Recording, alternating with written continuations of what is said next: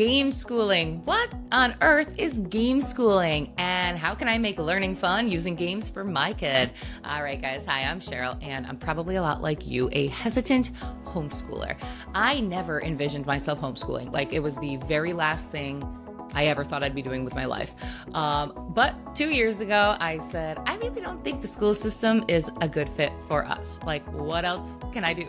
And I set out on a journey interviewing homeschooling families. I turned that into a podcast, and 2 years later, here I am. I have interviewed over 100 homeschooling families on my podcast over the last 2 years, and what I discovered actually led me to quit my government job and fully embrace homeschooling. So 100 episodes is a lot for you to go through. So what I am doing is taking what I have learned and wrapping it up in a nice, neat little bow for you. I'm giving you the info, so you don't have to listen to all 100 episodes, but I'm pretty funny, so you might want to listen to them. Gameschooling. I had never heard of this before, and now that we've discovered it, we use it all the time. So what is it? It is using games to educate your children and help solidify concepts that they've already learned. So what we love is that it brings family bonding time. I am going to play games with them when I am done recording this episode because my son loves it. Me and him will play games together while my little one naps, or when my husband comes home from work at the end of the evening, we're done with dinner, we'll play some games. It is so much fun. How can you actually educate your children through games? What kind of games? Like, I didn't grow up doing games, so in my head I was just like, I have to play Scrabble with my kid or something. But no, you do not have to play Scrabble. You can play Monopoly. All right, so there are all different games for all different topics.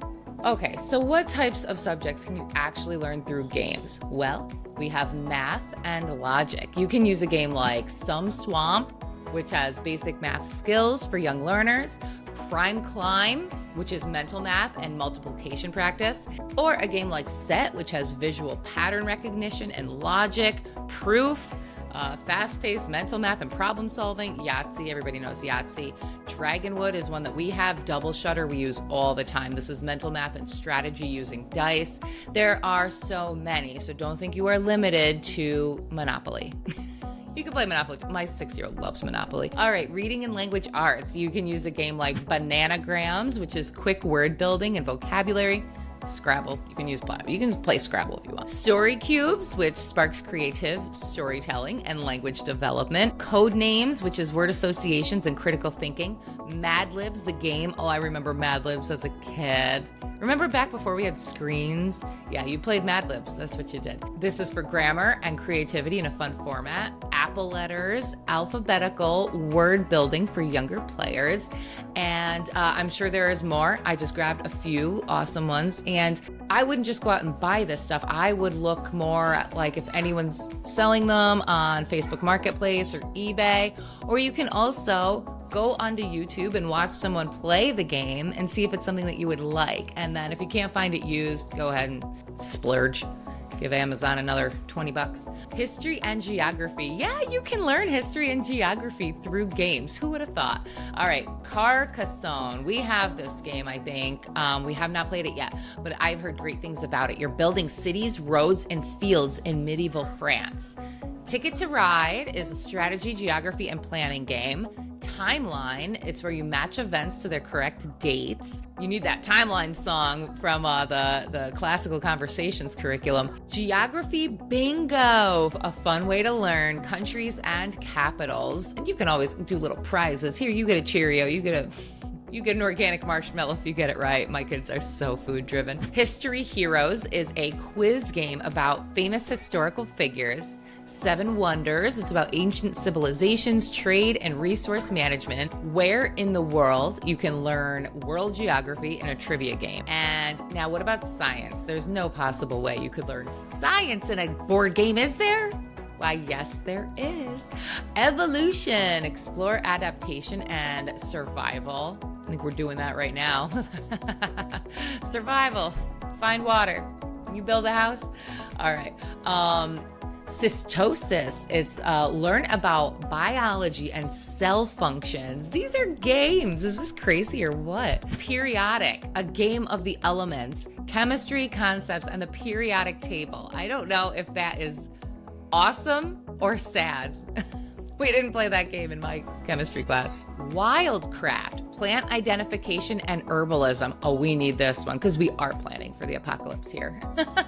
Ecosystem, build balanced ecosystems with strategic card play. That is so cool. Photosynthesis, grow, resource management, and science. I mean, these are games. Like, this is so cool. All right, critical thinking and strategy. Games like chess. All right, here are a couple that you know.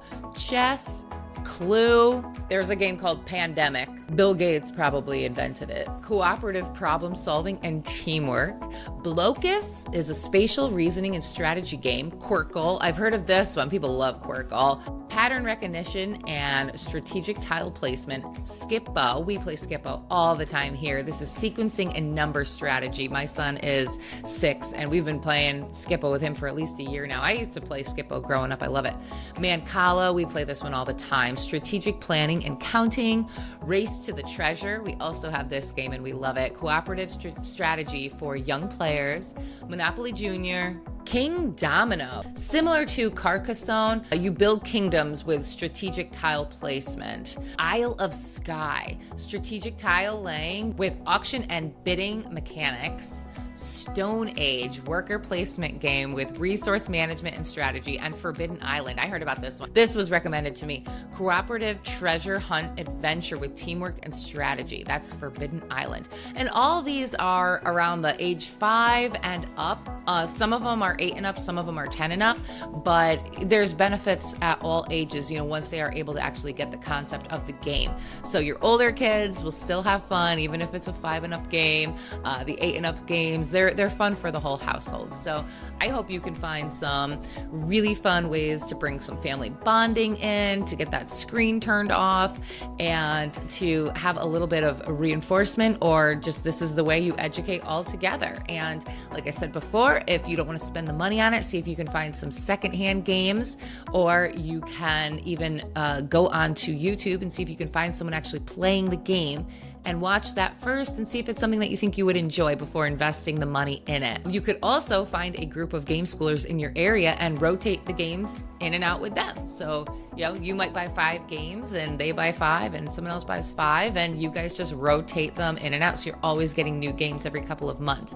That would be so fun. And what a great way to have a community right in your area doing things that you enjoy. So you could also think about getting the kids together once a week to have game night with each other. Parents too. You know, that would be real fun for the kids. So these are all awesome ways to incorporate games into your homeschooling. Thank you so much for watching. If you found this video helpful at all, please like, subscribe, and turn on that notification bell because you don't want to miss my upcoming content. I have a couple cool videos coming out. How to save yourself college tuition. All right, you don't want to miss that. And check out the Homeschool How To podcast interviews with homeschoolers. Thanks so much for watching. I will see you in the next video.